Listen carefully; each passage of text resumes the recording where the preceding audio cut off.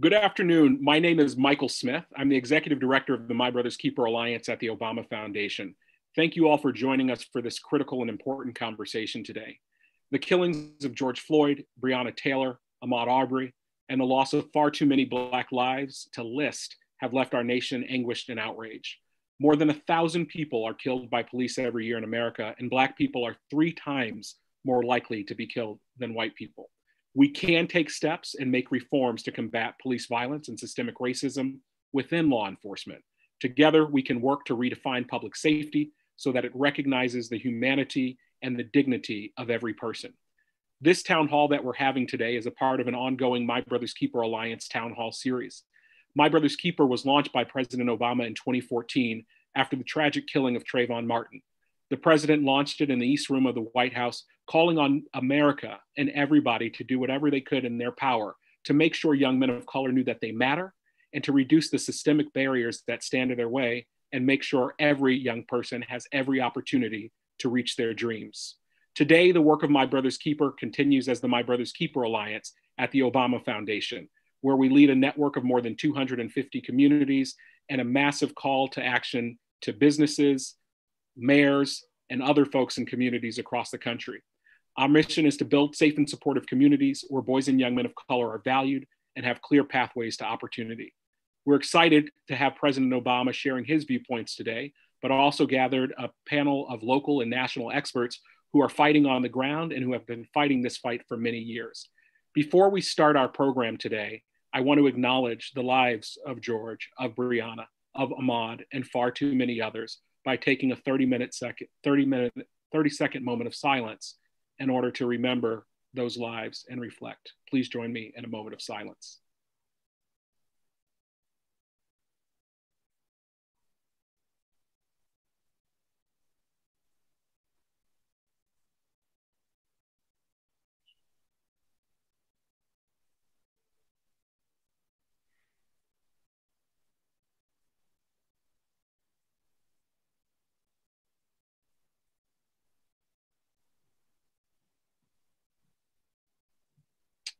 Thank you. We speak their names, we hold them in our heart, and it is with their memories that we move ahead in action.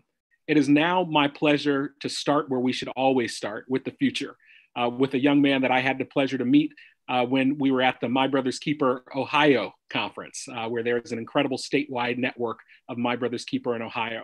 This young man, Playon Patrick, blew us away with his incredible words. Playon graduated from Fort Hays High School in Columbus, Ohio in May, class of 2020. He was a straight A student, member of the National Honor Society, and a student council. Patrick will attend The Ohio State University in the fall and plans to major in criminal justice and criminology.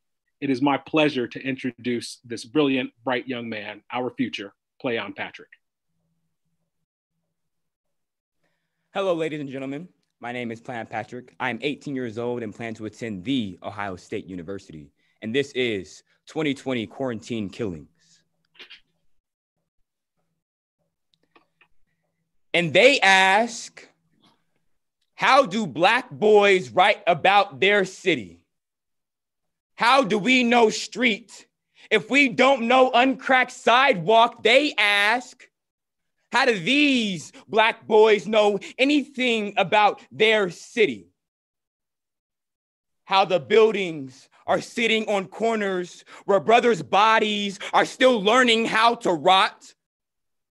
There are small crosses placed in the grass where families cannot afford to bury their loved ones. Reminds my brothers and I that we are early graves before we are anything else. We call those corners playgrounds. We call those corners the killing fields. We call our bodies bullets. Even if we were never aimed in the right direction, we call the remnants of our mother's family in the diaspora tree. We make a catalog of prayers out of broken hands. We pray for our family tree to make its way back home to this soil. We use our hands to dig the graves we cannot afford. We are farmers of broken Black bodies. We have never known city, never known comfort, never known safe street in any city. We use our feet to walk streets paved by sunlight and ask our shadows if they meant to choose this skin. We make a catalyst of bodies, our dinner menu, and we eat with our eyes closed. We are fed lies so easily it tastes like medicine, always conflicted between being Black and being people. I wish God could have given us a choice. For years, we have been told that there is something we need to scrub off this body, as if this dirt could go away. Working in the field make you realize how easily Black can cook in the sun, how easily we turn on each other for a little slice of the pie. We don't know this city, how it was built with our grandmother's arthritic hands, how we couldn't have gotten a house or a bed when it was first built, when it was first settled, when it was first taken from the Indians, when our gods believed in the same beginning. We don't know home. We know how generations of our people could use these legs, could run miles on end into the night, our faces bedazzled with the remnants of the stars. We will forever search for our forefathers' footsteps. We don't know home. We know run. We know this land has never been ours. We know how to fold ourselves into nothing. We know our sweat and tears tenderize this soil. Somehow we make fertilizer for the soul. We know how to make these hands be useful. We are the farmers of every revolution. No country was built without the piling up of dead bodies. This country just happens to be where our dead were dragged and hung up. America, the land of the free and home of the brave. We fought and died for that slogan, right beside our white brothers. And doesn't that make us worth something? Tonight, a riot is the language of the unheard.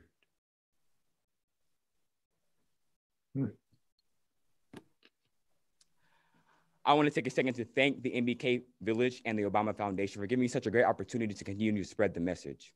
Now, it is my honor to introduce to you a man who needs no introduction. He is the founder of the My Brother's Keepers program. He is a father, lawyer, lecturer, community organizer, and so much more. Born and raised in Honolulu, Hawaii, he is the man who changed America forever. It is none other than the 44th president of the United States of America, President Barack Obama. Man, thank you. Man, that was unbelievable. And we could not be prouder. And you are a hard act to follow. So, I can't wait to see all the great things that you're going to be doing in the future. Good afternoon, everybody. All the participants, all the panelists. Let me start by just acknowledging that we have seen in the last several weeks, last few months, the kinds of epic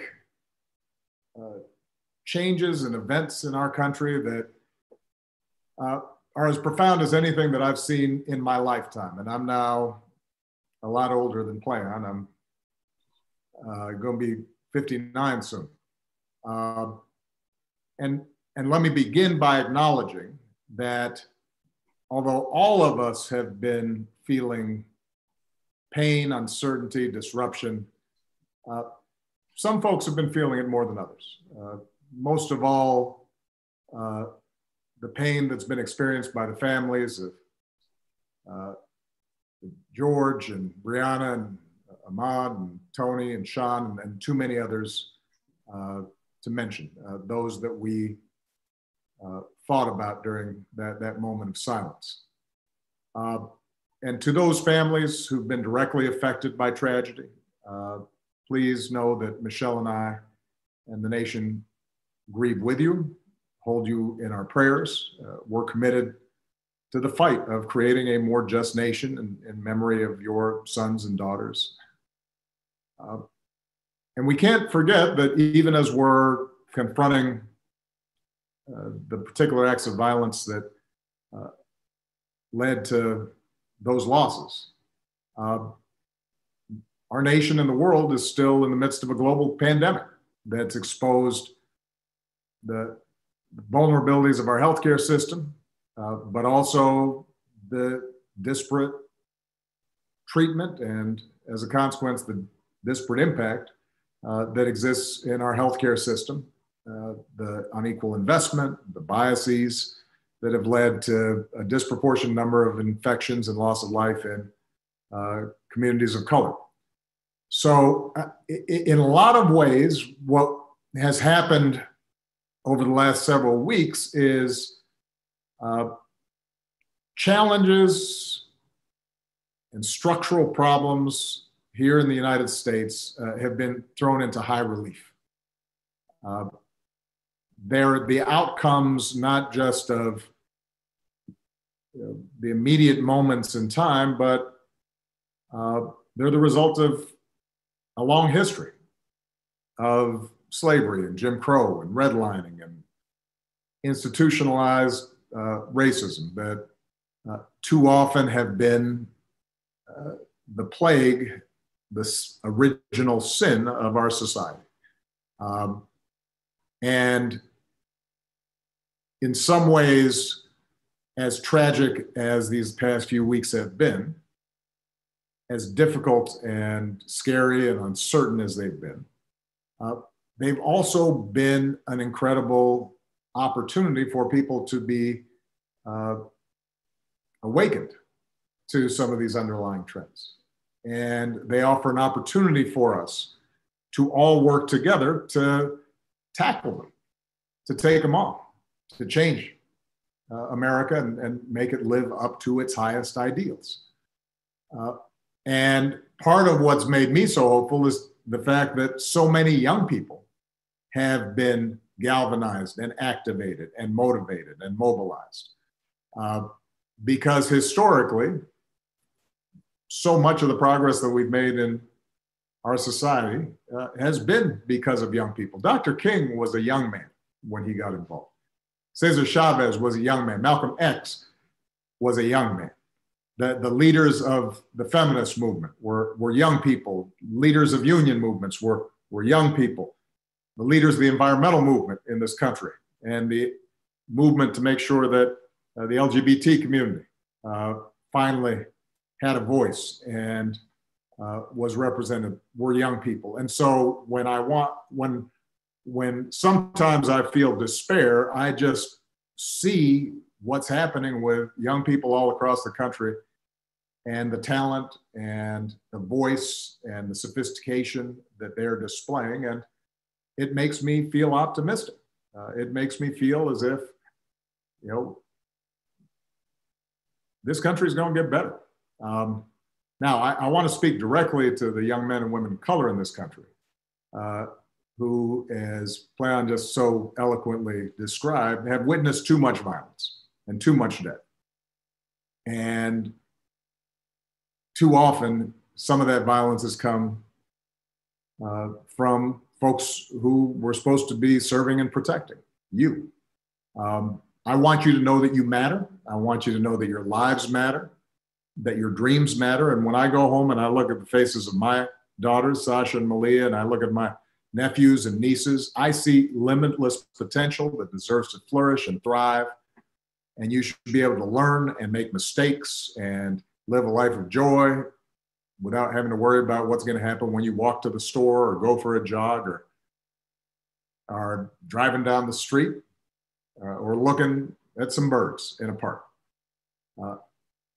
And so I hope that you also feel hopeful, even as you may feel angry, because you have the power to make things better, and you have helped to make the entire country feel as if this is something that's got to change. You've communicated a sense of urgency that is as powerful and as transformative as anything that I've seen in recent years. I want to acknowledge the folks in law enforcement that share the goals of reimagining policing, because there are folks out there who took the oath to serve your communities and your countries, have a tough job, and I know you're just as outraged about the tragedies in recent weeks as are many of the protesters. And so we're grateful for the vast majority of you who protect and serve.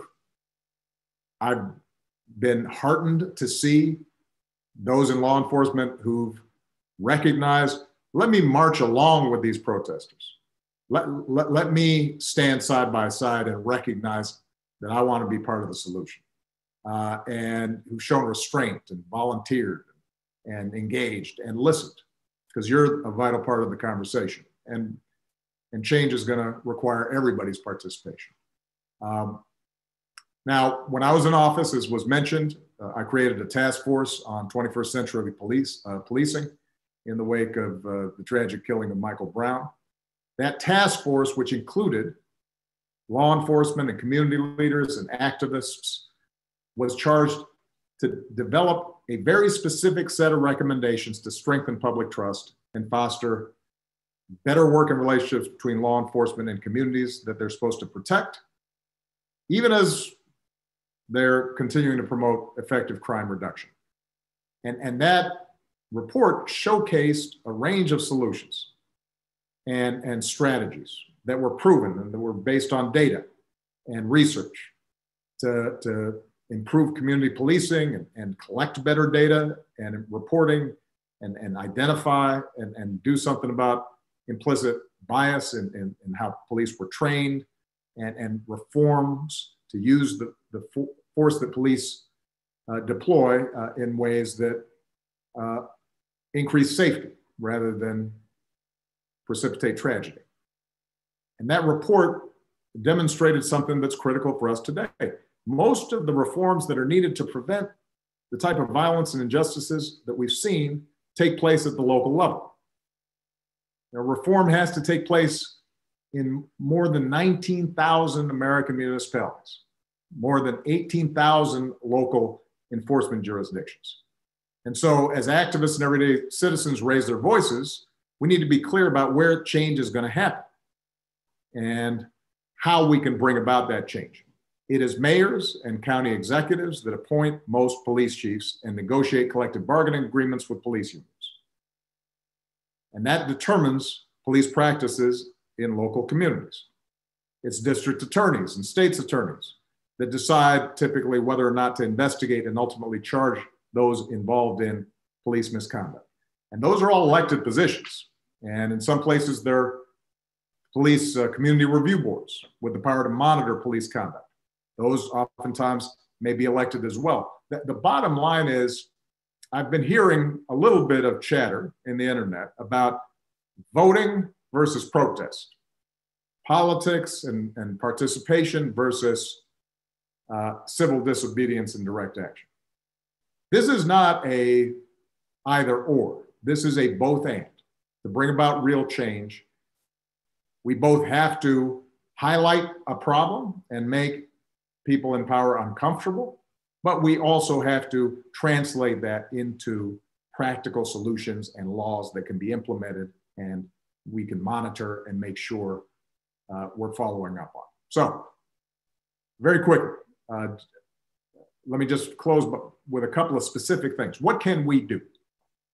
Number one, we know there are specific evidence-based reforms that, if we put in place today, would build trust, save lives, would not show an increase in crime. Those are included in the 21st Century Policing Task Force report. You can find it on obama.org. Number two, a lot of mayors and local elected officials read and supported the task force report, but then there wasn't enough follow-through. So today I am urging every mayor in this country to review your use of force policies with members of your community and commit to report on planned reforms.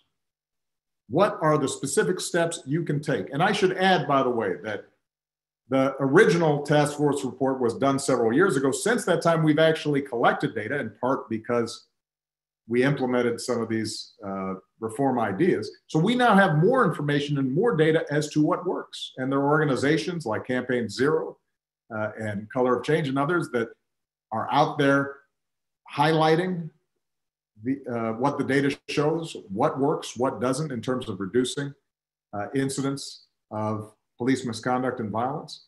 Let's go ahead and start implementing those. So we need mayors, county executives, others who are in positions of power to say, this is a priority. This is a specific response. Number three, every city in this country should be a My Brother's Keeper community, because we have 250 cities, counties, tribal nations who who are working to reduce the barriers and expand opportunity for boys and young men of color through programs and policy reforms and public-private partnerships. So go to our website, get working with that because it can make a difference. And let me just close by saying this. I've heard some people say that you have a pandemic, then you have these protests. This reminds people of the 60s and the chaos and the discord and distrust throughout the country. I have to tell you, although I was very young when you had riots and protests and assassinations and discord back in the 60s, I know enough about that history to say there is something different here. You look at those protests, and that was a far more representative cross-section of America out on the streets, peacefully protesting, and who felt moved to do something because of the injustices that they had seen. That didn't exist back in the 1960s, that kind of broad coalition. The fact that recent surveys have showed that despite some protests having then been marred by the actions of some, a tiny minority that engaged in violence, that despite, you know, as usual, that got a lot of attention, a lot of focus. Despite all that, a majority of Americans still think those protests were justified. That wouldn't have existed 30, 40, 50 years ago. There is a change in mindset that's taking place, a greater recognition that we can do better. And that is not as a consequence of speeches by politicians. That's not the result of, spotlights in news articles. That's a direct result of the activities and organizing and mobilization and engagement of so many young people across the country who put themselves out on the line to make a difference. And so I just have to say thank you to them and for helping to bring about this moment and just make sure that we now follow through. Because at some point, attention moves away. At some point, protests start to dwindle in size. And it's very important for us to take the momentum that has been created as a society, as a country, and say, let's use this to finally have an impact. All right? Thank you, everybody. Proud of you guys. And I know that we're going to be hearing from a bunch of people who have been on the front lines on this and know a lot more than I do about it. Proud of it. Thank you, Mr. President. For everyone that's watching, the President decided he wanted to stay and be a part of the conversation that's going to be led by Brittany Packnett-Cunningham with the Attorney General and other leaders. Before we go into that section, I want to reiterate the pledge that the President mentioned for mayors. So if you are a mayor, you can go to obama.org and you can take this pledge. And I also want to announce that several mayors have said, sign me up first, and they have already taken the pledge. Mayor de Blasio of New York, Mayor Lightfoot of Chicago, Mayor Frey of Minneapolis, Mayor Bowser of DC, Mayor Breed of San Francisco, and Mayor Keisha Lance Bottoms of Atlanta, all My Brother's Keeper communities as well. So if you go to that page, you can take the pledge, and we will be posting all the cities and all the mayors that take the pledge. And then in 90 days, we are going to publicly report out who has taken the pledge and the work that's happening to create real lasting change in communities. So it is now my pleasure to introduce a friend, an activist, an educator, a writer, an NBC and MSNBC News contributor, a lifelong activist and member of the Ferguson Uprising, co-founder of Campaign Zero, a policy platform to end police violence, and co-host of Pod Save the People. Previously, she was an appointed member of the Ferguson Commission and President Obama's Task Force on 21st Century Policing. Today, Campaign Zero, of which Brittany is a co-founder, launched the campaign #8Can'tWait, an advocacy campaign to push mayors across America to adopt 8 use-of-force policies that together can reduce police violence by upwards of 70%. To moderate this conversation with President Obama and our other incredible leaders, please welcome Brittany Packnett-Cunningham. Thank you so much, Michael. And thank you, President Obama, for gathering this conversation in this moment of intense grief, but hopefully intense purpose. We are here together to talk, to have a family conversation. And you may be watching this and have come here because you are experiencing that grief and you need some community in which to do that. And you're hoping that we can hold you up to the light. You may be here because, like me, you are girded in the strength of your ancestry, and you know you come from people just like I do, who did far more with far less and are sure that we can win in this moment and everyone after it. However you have come here, why you have come here, we're glad that you're here, because we're here to get honest, to get clear, and most importantly, to get to work. So that even the heartening moments of seeing people raise their voices, or even in the moments where a police officer might take a knee, that momentary action might turn into true systemic and lasting change. We have so many brilliant voices that have been gathered. And as we listen to these guests, we'll all be able to better understand how we got to this moment and how we seize our own power to get through it. Before we get started, like Michael, I want to make sure to lift up the names of the people who brought us here, because it wasn't just the former president, though we're deeply grateful. It was George Floyd, a father in Minneapolis. It was Breonna Taylor, a life-saving EMT on the front lines in Louisville. It was Sean Reed, a friend and a brother in Indianapolis. It was Tony McDade, a Black trans man who loved life in Tallahassee, Florida. And though it wasn't from an officer's bullet, we are having this conversation, of course, in the shadow of Ahmaud Arbery, a son from Georgia, and Nina Pop and Ayanna Dior, two Black trans women who were killed by systemic hatred that comes against intersectionally marginalized people in this country every single day. Frankly, there are too many names to list because, as the president has already said, we have been at this, unfortunately, for a long time. So that means that there is indeed work to do, and now we're going to get to do it. So, Attorney General Holder, I actually want to start with you. I was raised always to be an activist. So frankly, if you ask my mom, this is the only life I've ever known. But I came into the work specifically of fighting against the surge of police violence as it relates especially to systemic racism in 2014, when Mike Brown was killed in Ferguson, Missouri, just a few minutes from my own home. And you came to Ferguson. And as you know, there were thousands, literally thousands of brave and mighty protesters, just like the ones we're seeing outside right now. Those protests and organizers were on the ground, leading for change and making the entire world pay attention. I want to know what you learned from those grassroots activists. What have you carried from those conversations in Ferguson with you through to the work that you did then and that you're doing now? Yeah, well, it's good to see you again. And thank you, President Obama, for convening us here today. You know, I remember back in 2014, I remember meeting with the president. We were on vacation and talking about whether or not I should go to Ferguson. It was a risky thing. Didn't know exactly how people would react to my presence, but we made the determination that I would go. And I think the thing that struck me the most was there were a few things that really got me. I mean, there were young people who were there and who were unbelievably impressive, who were in a lot of ways directing the actions that you saw on the streets. You saw a community that was in anguish, and there was a commonality with regard to the things that they were concerned about. I was really struck by the fact that people consistently talked about the way in which people of color were unfairly treated by the criminal justice system. And there was a genuine desire by people to make things better. It wasn't all about just complaining. There was a genuine desire to work, to make things better. And I left there actually heartened by what I saw, both in terms of the reaction that I got. People were extremely respectful.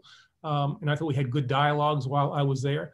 But I also left with the notion that if we invested some time, if we invested some federal resources, that we would be in a position using the great leaders that we met there, those young people who we met there, to make life in Ferguson better, and then use that as an example of what was possible in the rest of the country.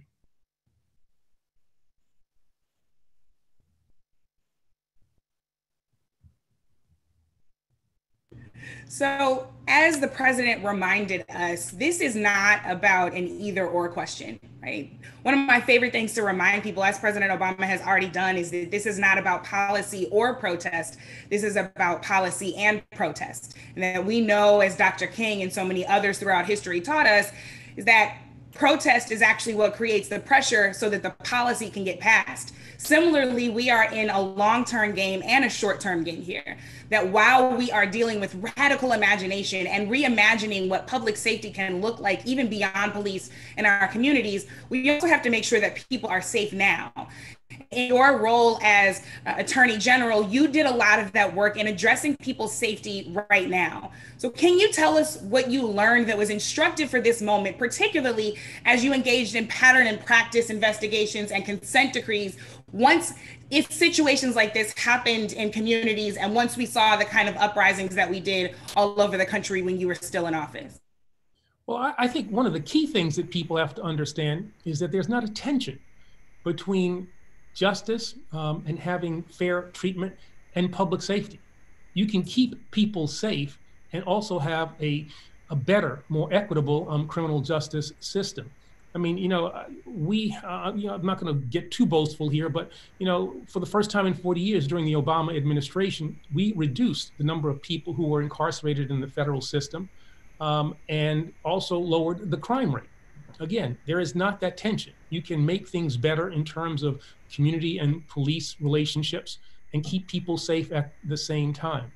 And so what we tried to do was come up with ways in which we could look at what we thought were the problems in the criminal justice system and with regard to how policing was done, address those, involve the community in those efforts, engage law enforcement in those efforts, bring them together in forums so that they could get to know each other, understand how difficult it is to be a police officer, understand how communities of color have had to deal with unfair law enforcement practices over the years, bring people together. And it was through that, through those kinds of meetings that we were able to formulate the policies that ultimately led to the 21st century proposals. And then the other things that we did, bringing pattern and practice in investigations, using the power that we had under the civil rights statutes that we were able to enforce.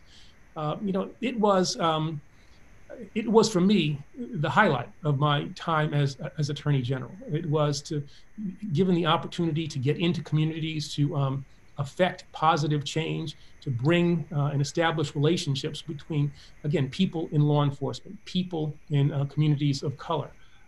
That was, I think, in some ways, what I'm most proud of, and it laid, I think, the foundation for future work. But I would always emphasize this: that young people, that's our audience here today. Young people were critically involved in all of the work that we did, starting at Ferguson and other parts of the country. I want to ask you one more question before I move on to our next speaker. At Campaign Zero, we believe we can live in a world where the police don't kill people. So many of us are really trying to engage in radical imagination to imagine what our communities look like I said, even beyond police, even looking at a moment where we don't even have traditional systems because our communities are so healthy from the ground up. When you think about your most radical dream for what is possible, your most radical imagination for where we can get to as a community and as a people, what is that dream? That's an interesting one. I guess my dream is that we would get to a place where people are judged on their individual deeds, the individual characteristics, and that we don't stereotype people. And that is not only with regard to how we do things in the criminal justice system. I think we make a mistake if we think that the criminal justice system exists separate and apart from the greater society. The issues that we face in the criminal justice system, inappropriate uses of force, implicit bias, whole range of things, those grow out of the same kinds of problems that we see in the larger society. And so we've got to deal with problems, that are more systemically, more society-wide, if we want to actually deal and be effective in bringing about needed change with regard to the criminal justice system. So, I would hope that we get to a place where, discrimination is no longer a factor in the lives of people of color. That fair treatment would be something that would be expected. That stereotypes, born in slavery, and the notion that, in order to enslave a people, you had to think that they were in some ways different, some ways inferior. And those attitudes may not be as explicit as they once were, but still are a part, I think, of the American psyche implicitly. And radical change, I'd like to, erase those feelings and base policy on, on real world experiences, on the reality of the people of this nation, as opposed to the perceptions of them, the stereotypes of them.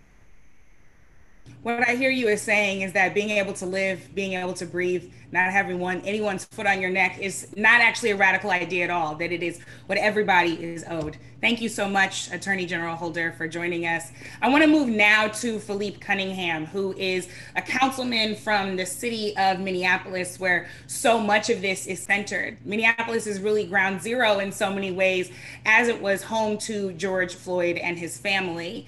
Philippe, I have so many questions for you, but first I want to know how you're doing and what is happening on the ground in Minneapolis. I see here on the Zoom call my friend Deion Jones, who was peacefully protesting in Los Angeles when he was hit with the rubber bullet.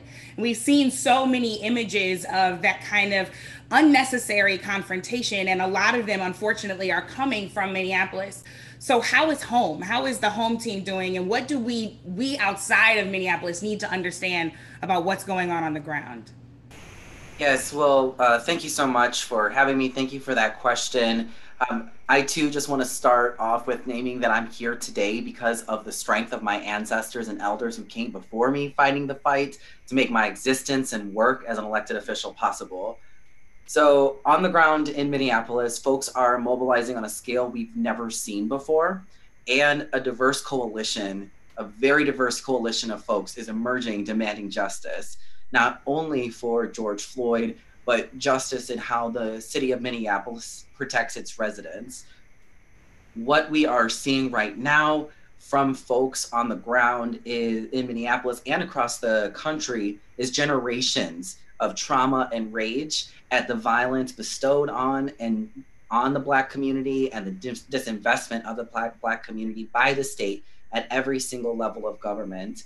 And I'll just add that I myself, as a Black, queer, transgender man, I too live firsthand both the trauma and the trauma that I have to carry around experiencing and witnessing state-sanctioned violence, as well as the generational trauma of my ancestors who survived slavery. So seeing all of this, layering it on, what's interesting about the fact that all of this has really been ground zero in Minneapolis is that we are an incredibly progressive city. At the same time, we are also the city that has the most significant racial disparities between white and Black folks in the entire country across every indicator of quality of life. So this has just been boiling under the surface. I've been in office now for 2.5 years. And within my first 2 years, I had to deal with 3 officer-involved shooting deaths in my ward alone, including one that was a suicide by cop. The trauma from those incidents doesn't just dissipate because the legal system deems their deaths justified. The evidence is clear overall. President Obama spoke to the data that we're starting to see. Over-policing, criminalization, and mass incarceration have not kept our communities safer. In fact, people getting caught in the criminal justice system further disenfranchises Black and brown folks, pushing us further to the margins of society due to criminal histories, thus triggering a cycle of involvement with crime in the criminal justice system that is often passed intergenerationally. So what we're seeing on the ground in Minneapolis is folks saying enough is enough. And our system is obviously broken, and it's time for a new system of public safety in our city. Over the years, we have heard from folks who believe that the solution is simply adding more police officers. And we've also heard from folks who are reformers who want to advocate for incremental change.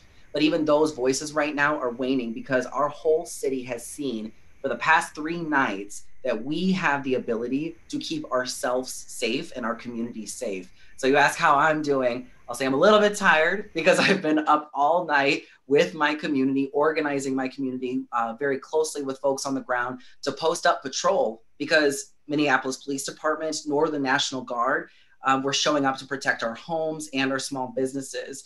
We're seeing large scale protests, what folks are seeing on the media right now, the protests and riots in South Minneapolis, we see that. But in North Minneapolis, the historically Black community in Minneapolis, where I represent, we've been dealing with far right-wing and white supremacist groups terrorizing our community by burning down Black-owned businesses. So we've come together, protected our own community, and now it's time for us to systematize community-led safety strategies and make them sustainable.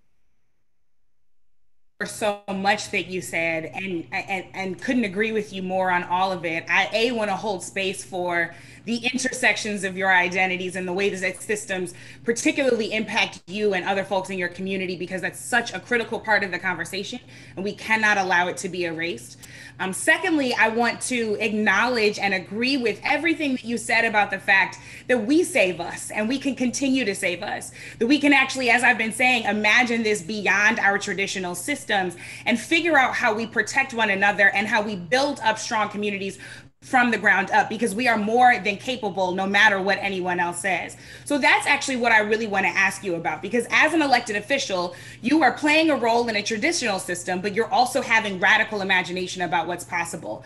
We know that budgets are moral documents, and we know that as we see some cities investing more in policing, they are divesting from housing and jobs and the things that keep people well and keep their needs met. So how are you thinking about the demands that are coming directly from grassroots activists and enacting the most imaginative and bold, even though, as we said earlier, they should just be the things that people receive? How are you thinking about enacting those things, and where does Minneapolis have to go to ensure that everybody there is not just living in a liberal city, but that they're living in an equitable city? That's right. Thank you for framing it that way.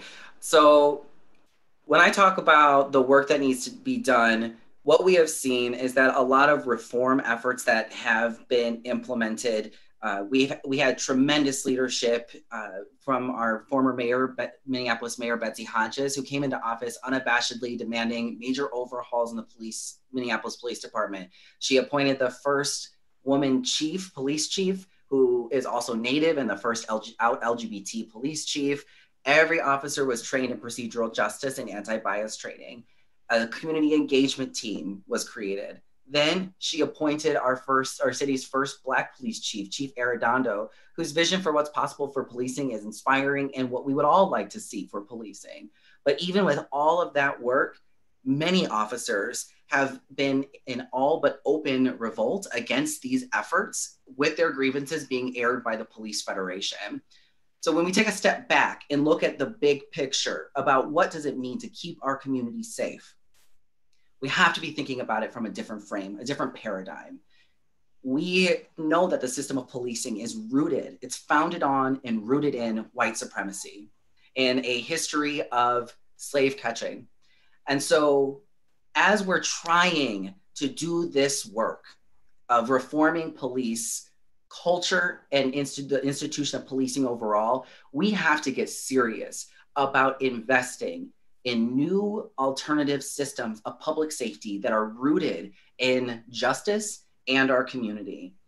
We have a paradigm for this. It's the public health approach to public safety. So thinking about violence as a disease that spreads, as a contagious disease, it spreads interpersonally and it spreads intergenerationally. And so there are evidence-based strategies. We in Minneapolis have been working very closely with John Jay College, as well as their National Network for Safe Communities, as well as Cities United. We've all been working together to really institutionalize this opportunity. I have been a tireless advocate for violence prevention and intervention efforts. We created in late 2018 the Office of Violence Prevention through city ordinance. So now it can't be taken away. We institutionalized a new system, but that only goes so far. We need money to go into that. And that's where the budget as a moral document comes in. There's always political will to put more money into the police budget. The police budget in Minneapolis is almost $200 million. And we have right now, we approved last year a budget of $1.6 billion. They take up a huge chunk. I had to fight relentlessly to get $50,000 for a domestic violence intervention program strategy for us to implement, despite the fact that in Minneapolis, the number one reason for 911 initiated police calls for service is because of domestic assault. We are not successfully getting to the roots of these issues. So having a systemic, institutionalized, new approach to public safety that is community-led, that invests in community with the prevention and intervention, as well as thinking big, even moving further upstream, thinking about housing, jobs, employment, training, education, thinking about all of that. That is what true comprehensive public safety is. And we have to start thinking about what does it look like to have a future without police? What would it look like for us to not need police and then work backwards from there? I used to be a teacher, so backwards planning from everything that is possible is my jam. That's my favorite thing to do. And I'm so glad that you really helped root us in the concept of, again, radical imagination and then action toward that. So obviously there are things that have to happen in the short term. There are policies that have to change. There are investments that have to be made as you move toward those long-term goals. But I really want to, as I close with you, ask you, what should we all be understanding, those of us who do not live in Minneapolis, about what the grassroots demands are as we are making our voices heard and attempting to be supportive of what is happening on the ground there? What should we be lifting up in the short term, the long term, and everything in between to get to that place of, as you said, comprehensive community safety that has to include not just policy, but culture and investment? That's right. Well, first I'll just say I too was a teacher. I was a special education teacher on the south side of Chicago. So the backwards planning is a good thing, right? So what we really need in terms of support in Minneapolis is we just need for folks to keep an eye on us and to be able to hold us accountable, because there is some real momentum here. Like I said, we've heard, since I've been in office, I've heard from so many folks who are just like, the way we solve this problem is by just adding more police. If we just add more police, that will solve the problem. Or if we implement these specific reforms, body cams, diversifying the police department, anti-bias training, those sort of reforms, then we'll see the outcomes. But we really need to dig even deeper into it. And what we're seeing is a groundswell of demands for the city of Minneapolis to defund the police. That's what we're seeing right now. These folks are the ones who are transformation oriented. And so in Minneapolis, the public and political will right now are very concentrated at this point in transformational change. And things have also changed in that who is in elected office here. I'm actually not the only Black trans person on Minneapolis City Council. A lot of folks don't realize that. My sister, Council Vice President Andrea Jenkins, is also on the Minneapolis City Council, and she's a powerhouse. Activists and organizers have allies with the same vision for equity and justice who are in office now. So that really opens the possibility when we all work together. So I would say that we're starting to dive into it. The state's Minnesota Department of Human Rights has opened an investigation into the police department for the last 10 years for systemic racial discrimination. So I would say what we need right now is for folks outside of Minneapolis to keep an eye on what's going on, and also to invest in the folks, the organizations who are on the ground, who have been doing this work for years and years, and to also push folks on the ground here, communities, to make their voices heard. That is one of the biggest things, is that I hear the most from the folks who just simply want more police. I have been labeled soft on crime because of the fact that I advocate for a comprehensive approach to public safety. So we need folks who believe in transformational change and what community safety can look like and how to get there. We need for folks' voices to be heard. We've already begun to see the seeds of so much of that transformation right there in your hometown due to leadership of yours and so many others. We saw the first Black woman student body president at the University of Minnesota get them to stop contracting with the police force there. We saw that the public schools there followed suit. And from former teacher to former teacher, I'm always like, yes, it's about time that we actually make schools safe for all young people. And that doesn't need to include police. So thank you so much, not just for this conversation, but for your continued courage and action in the role that you're playing.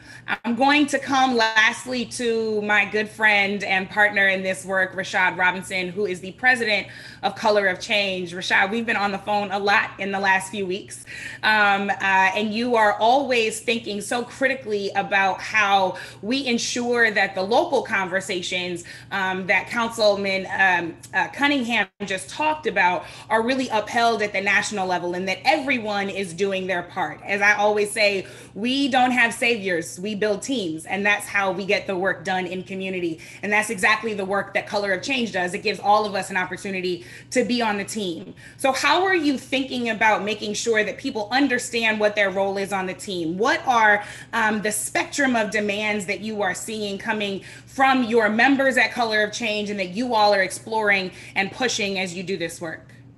Well, thank you. First of all, thank you, Brittany, for that question. Thank you, President Obama and Attorney General Holder. And it's actually great to be on this conversation and to be back doing work with my brother's keeper. What I will say is a couple of things. You know, over the last 8 months, just alone, over 5 million people have taken action with Color of Change, raising their voices online, signing petitions, making phone calls, showing up to rallies. And that's important, right? Because what we want to be able to do is translate the presence of this moment into the ability to actually change the rules. And sometimes those are the written rules of policy, and other times those are the unwritten rules of culture. And I want to talk about both, about why both of those things are critically important in this moment and why we have to channel strategic action to actually get things done. No individual alone is going to work to change systemic racism in all the ways that it impacts our society. Racism is like water pouring over a floor with holes in it. It will find the cracks. And so we constantly need to figure out how are we shoring up the systems that will have cracks in them and building new systems for the future. And so on the written rule side, we are very much focused on how do you give people in that moment something clear to do, pushing for justice when justice needs to be served, but recognizing that we've got to move people up a ladder of engagement because none of the families simply want justice for their own family. They recognize that the long-term rules need to change. And when it comes to policing, there is so much that happens at the local level that we have to pay attention to. The other speakers talked about it. And so we need to be focusing that energy on local policy, pushing to change local practice. And the difference between policy and practices, sometimes we change the laws, but we also have to change the people who implement those laws. And then we think about the work at the federal level. And we've got to change all of the ways in which money from the federal level incentivizes and disincentivizes certain types of action. And part of what we try to do at Color of Change is point people at those strategic things to do, building sort of the energy and helping to describe for people how to do it. You know, a couple of years ago, in the height of the work to challenge police violence, we came up against district attorneys and state's attorneys that we simply did not have the ability to move. We would show up. It didn't matter if we had 10 petitions or 10,000 petitions or 100,000 petitions. They were not nervous about disappointing our community. And so we recognized we had to help the community better understand the role of district attorneys. We had to build more energy because district attorneys could operate without public pressure. These are executive level positions that can have a large amount, the sort of most powerful actors in the criminal justice space. So we built the only searchable national database of prosecutors in the country called winningjustice.org. We worked with folks in Hollywood like Common to develop an animated video that describes the role of district attorneys for everyday people so people can understand how district attorneys operate. We worked across the movement to get folks from big organizations to local grassroots organizations aligned around 6 clear demands that we could take to get people talking about treating kids as kids, reducing and ending the use of money bail, changing, sort of reducing, increasing transparency. All of these things are critically important to sort of winning justice long-term, right? We have to change the role of prosecutors, and we have to change what the public expects from prosecutors. We have to change the way that the public thinks about criminal justice. And that kind of leads me to the cultural conversation. Because for the last 20 years, basically, kind of with a couple of blips here and there, violent crime has steadily went down in our country. But according to Pew and everyone else, Americans think that violent crime is going up. And so we have a deep gap between perception and reality. And that makes it much harder when we are trying to do those critical things that the councilman talked about in terms of reducing police budgets, in terms of actually ensuring that we're investing in education and mental health and jobs and all the things that we know that communities that have reduced the need for law enforcement, they don't need as many police. And so because the public has been inundated with images that makes us believe that violent crime is right around the window, right around the door, we've had to build a program. And through our work at changehollywood.org, through our efforts, we worked with USC to do a whole study of crime TV shows. And now we're working in writers' rooms to push and change the content and the storytelling. So one of the things that we looked at was all of these crime TV shows that are covered in cities like Chicago and New York, very diverse on air. And then you look at the writers' rooms, and all the writers' rooms are all white, folks with no sort of connection to the community, no skin in the game on sort of the impact of the images that they're portraying, constantly putting sort of Black faces on the criminal justice system, a sort of magical world where Black and brown people exist, but racism doesn't. And we have to really work to sort of change that. And part of that activism is the work that we have to do, because if we're gonna get to the place where the narrative changes enough for us to achieve the type of policy changes that are needed, we have to change the story. And I wanna say that far too often we tell a story about Black communities being vulnerable. And we'll say things like Black communities are vulnerable when Black communities have been under attack. Black communities have been targeted. Black communities have had a history of being fleeced, of being underinvested. And all of those things are not about being vulnerable. Those are things about being on the chopping block. And so when we work to change that story, we can accomplish so much more. I have one very brief question for you, because I know we have to wrap up now. People keep asking me this question, so I want to ask you, and maybe you can give me some tips. Is this moment a game changer? We've been in this work for a while now. Many people have been in it for even longer than us, but is this moment a seismic shift in what's possible where we see ourselves right now? You know, I think it's a great question, because I think that we want fast food. We want things that are quick, and we want things that are easy. And progress and justice is not easy, right? The thing about inflection points is that they present the possibility for huge leaps forward, or they actually present the real threat for us to go backwards. And I think what we all have to recognize is that a lot of things actually have changed over the last several years. White people in a Starbucks take out their cell phone and are filming a police interaction that they don't actually, that they recognize is wrong, because a movement has built the sort of mental model to train them.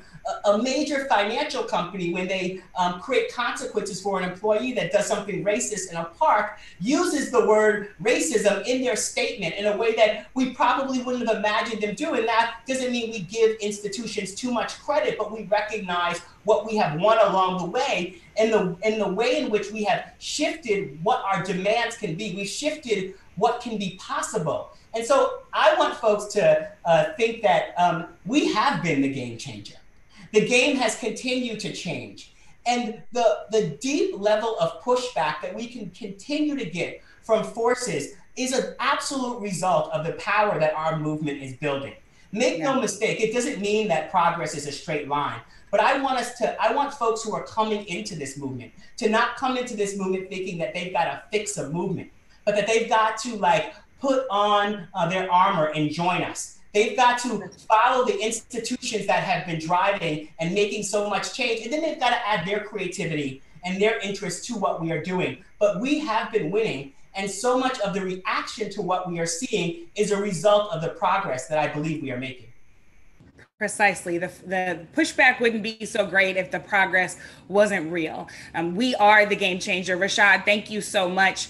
We've heard in this conversation that social change work, changing our communities, having the kind of world we deserve, it's hard work, but it is absolutely necessary work. And we have to be brave enough to imagine what is possible and then go work for it and not just dream it. And we also have to be incisive enough to make sure that people are safe and whole and healthy now.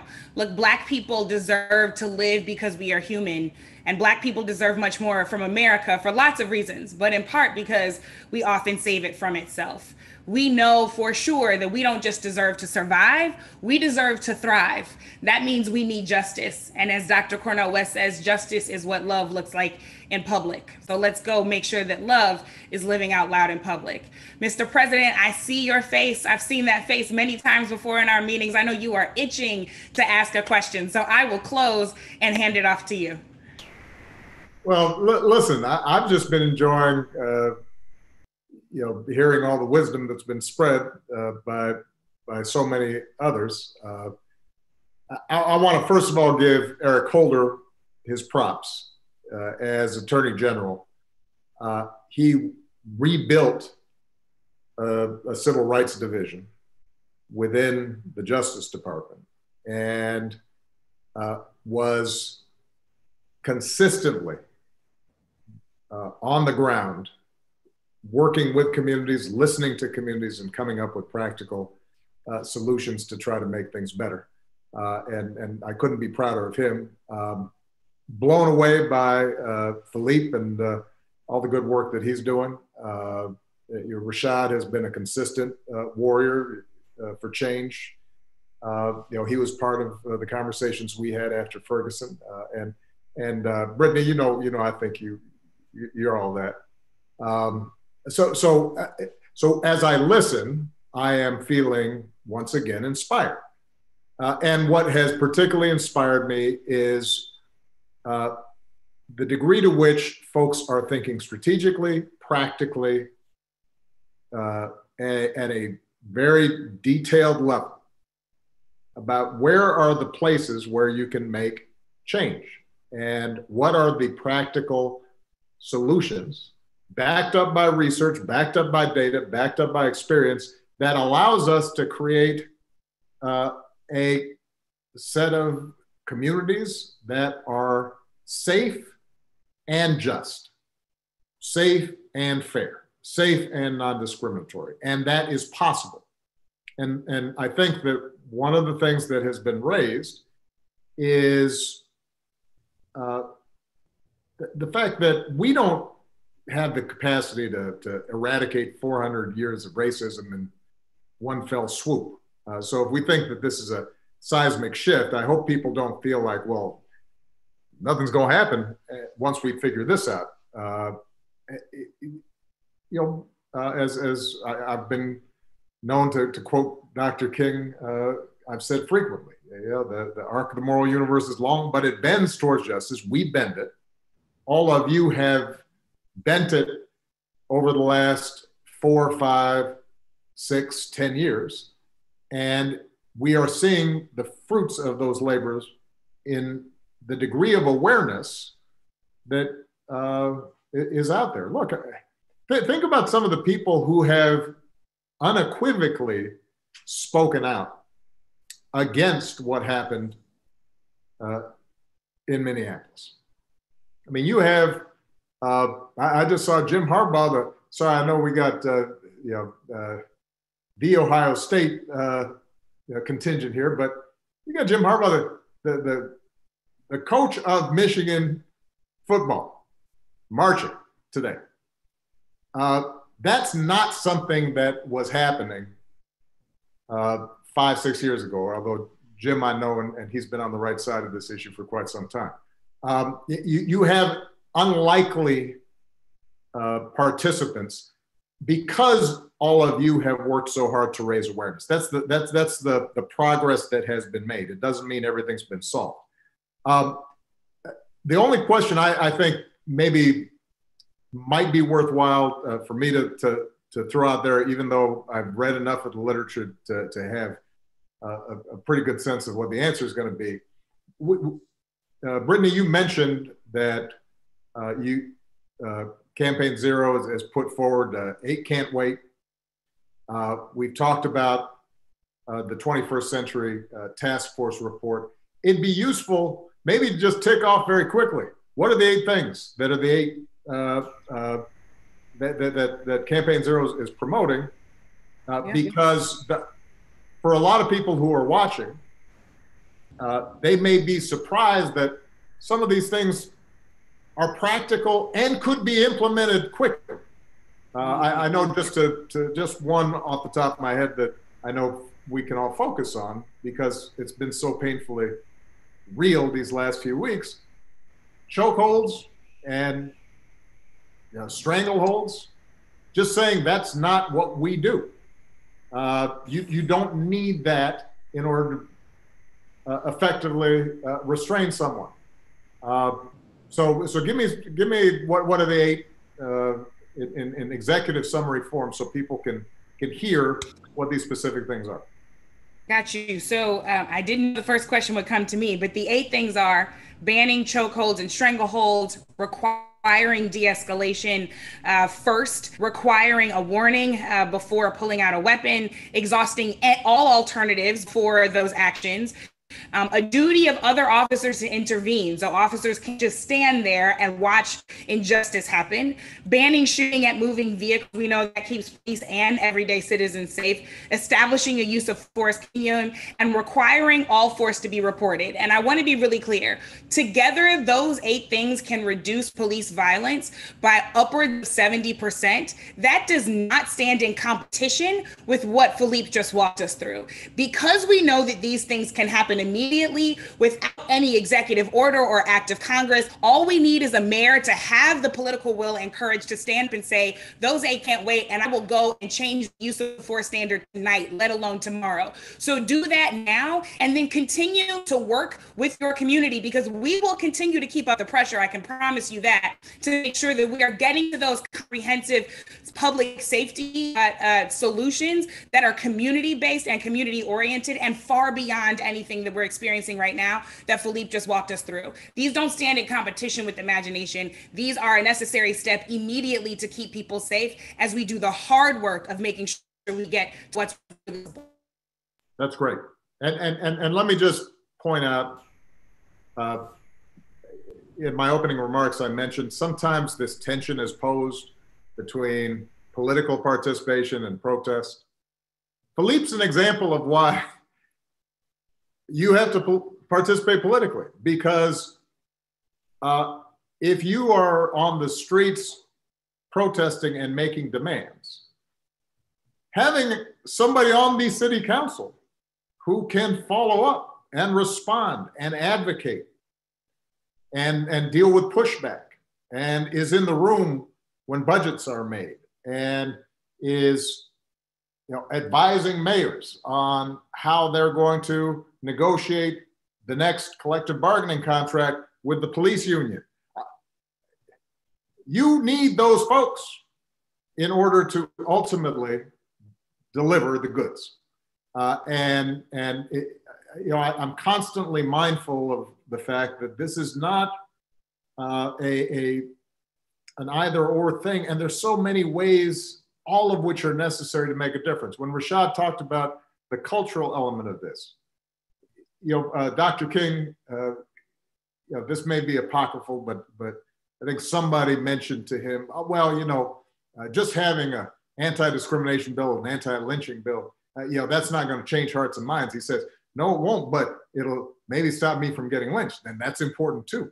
Now, so laws are important. On the other hand, the narrative and the stories and telling people, here, see me, I'm human, here's my pain. This is somebody's son, this is somebody's uncle. Here's the story that you need to understand about our background and our community. How do we break down stereotypes, as Eric Holder eloquently talked about? That's the work of a lot of people. So some are going to be on the streets protesting. Some are going to be running for office. Some are going to be writing. During this week, I picked up and reread The Fire Next Time. It is frightening to notice how James Baldwin can lay out a reality 50 years ago that sounds like it was written yesterday. And that's activism, that's work, that's participation. So I worry sometimes that, as we debate strategies, people start thinking there's one way of doing things. We all have a role to play, we all have a part. The more specific we are, practical, in the short term, as well as visionary in the long term, the better off we're going to be. But with that, I'm going to be quiet because you don't need to hear from more old head stuff. But I just want to say how much I appreciate all of you. And Michael, I'm assuming that the conversation is going to continue. Yes, sir. Let me go ahead and jump in and thank Brittany for the masterful moderation and for all the wisdom and hard work that was on display. I'm now going to turn it over to our Deputy Director for Network and Partnerships at My Brother's Keeper Alliance, Nicole Fields, who's going to take a couple questions from our MBK communities. So not everyone watching has an opportunity to ask questions, but our MBK communities do. So that's another reason you should become an MBK community. So Nicole is going to pose a couple questions, but we will get you out of here by 6:30, everyone. We realize that we've been on for a while, but we will be sending resources afterwards. We've also created a Google group so we can continue this conversation there as well. So Nicole, let me bring you on to field those questions. Thank you, Michael. Thank you, Brittany. Thank you, President Obama. Really powerful conversation, tons of great questions. As Michael mentioned, we can continue this conversation. So if we don't get to your question, do not worry. We can continue this conversation in our Google group. I'm going to take the first question from our young people. Play on Patrick asks, this question is directed at Councilman Cunningham. How have the media's portrayal of frequent violent riots in Minneapolis affected your efforts to promote the work of protesters, activists, and elected officials pushing towards a self-sustaining public safety system?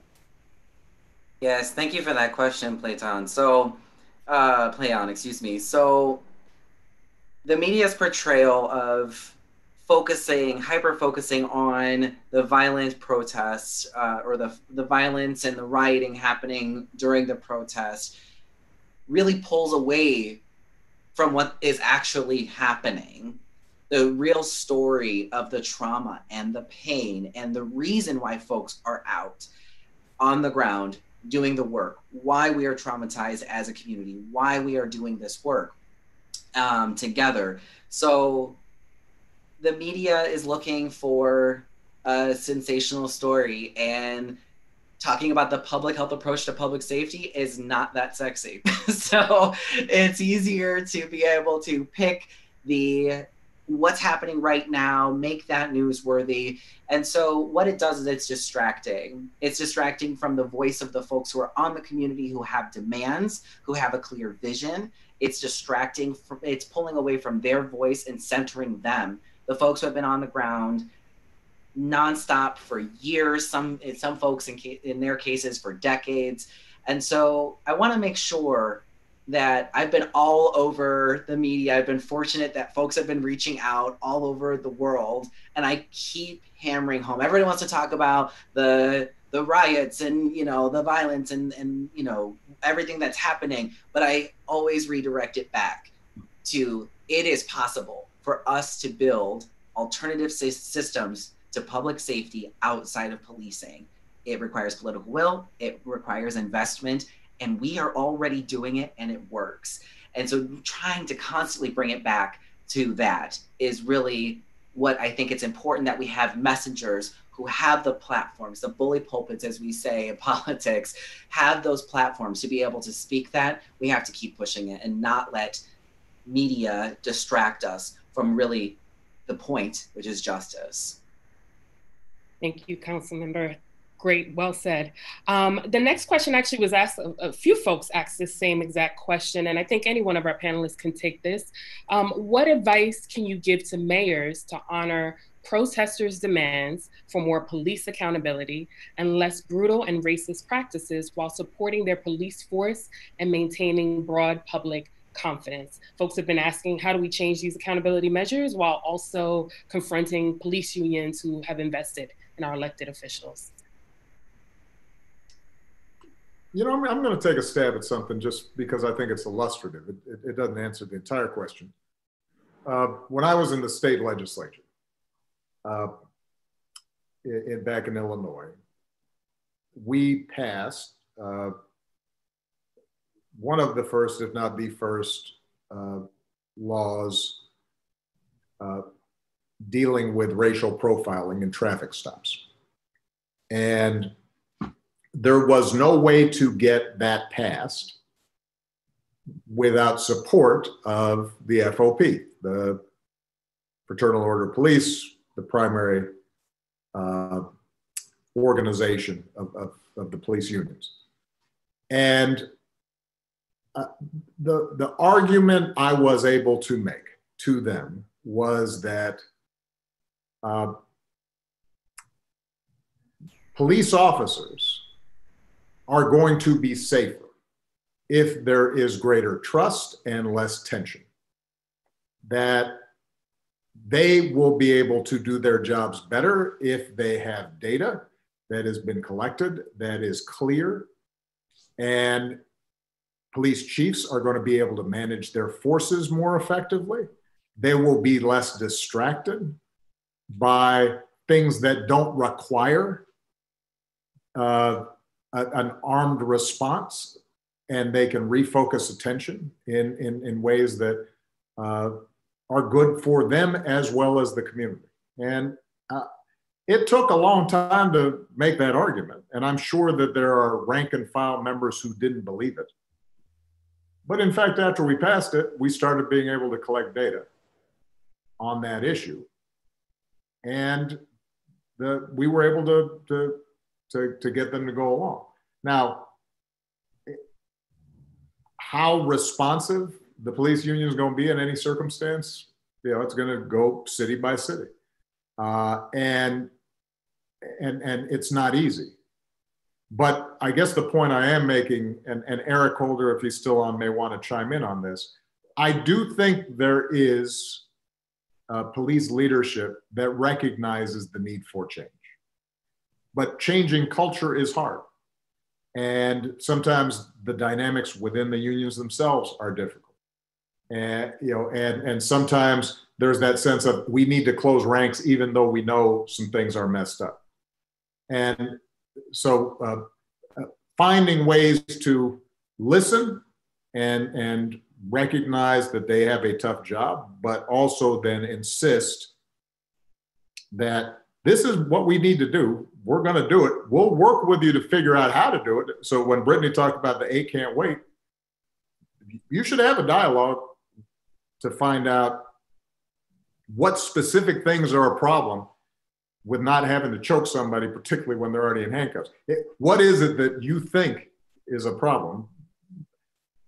When you force people to articulate what it is that they object to with reasonable demands of the sort that have been outlined, a lot of times they come up empty.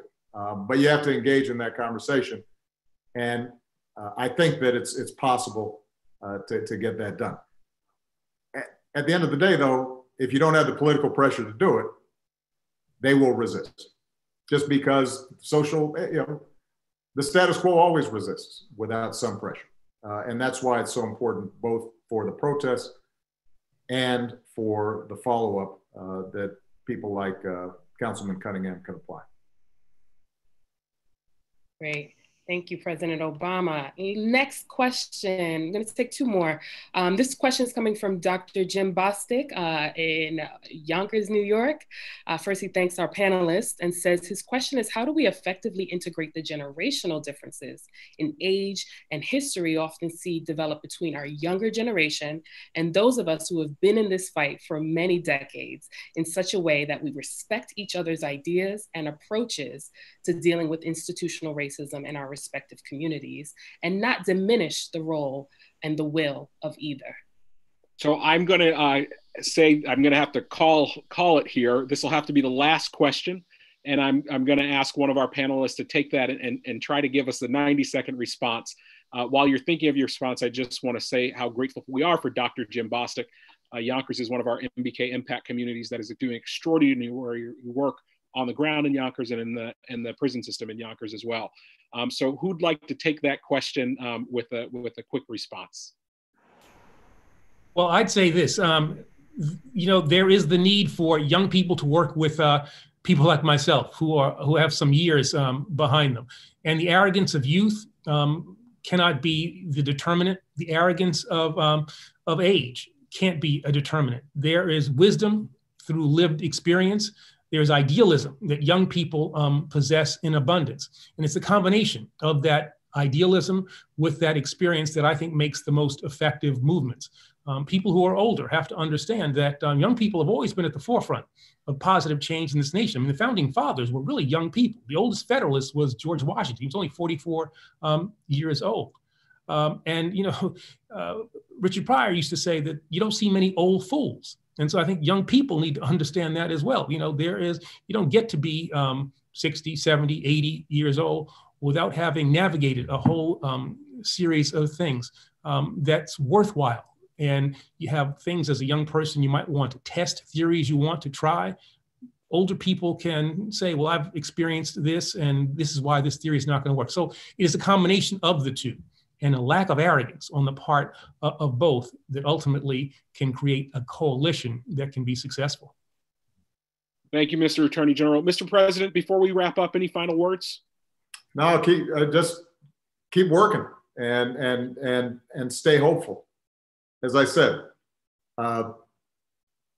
this is a moment, and we've had moments like this before, where people are paying attention. And that doesn't mean that everything will get solved. And so don't get disheartened, because there's a marathon, not a sprint. But the fact that people are paying attention provides an opportunity to educate, activate, mobilize, and act. And I hope that we are able to seize this moment. I hope the mayors across the country who have either been watching or hear about this take that pledge to start immediately implementing some steps that can make a difference. And I hope all the young people who've been inspired and engaged and involved, they keep at it, because that's what ultimately is going to create the kind of country we want. And for those who have been talking about protests, just remember, this country was founded on protest. It is called the American Revolution. And every step of progress in this country, every expansion of freedom, every expression of our deepest ideals has been won through efforts that made the status quo uncomfortable. And we should all be thankful for folks who are willing in a peaceful, disciplined way to be out there making a difference. So thank you so much, everybody. Proud of you. Thank you, Mr. President. I encourage all of you to go to obama.org. Go to obama.org if you're a mayor, take the pledge. If you're looking to become an MBK community, if you're looking for places to donate or resources, or just to join the Alliance, go to obama.org. We will continue to be there for you, with you. Our partners at the Leadership Conference mayors are excited to provide technical assistance for you as you think about reading those use of force policies, as well as our broader partner network. So this is just the beginning of a conversation. We'll continue this in many different ways, and also be on the lookout for our next town hall that will be coming up, as well as some other actions. Thank you, Mr. President. Thank you, Mr. Attorney General. Thank you, Councilman Cunningham. Thank you, Brittany. Thank you, Rashad Robinson. Thank you to all of our MBK communities for the extraordinary work you do every day on behalf of our boys and young men of color and our sisters. And thank you to all of our young men and all of our young women for everything that you do, not just to be the future, but to be the change today. Have a great day, everybody.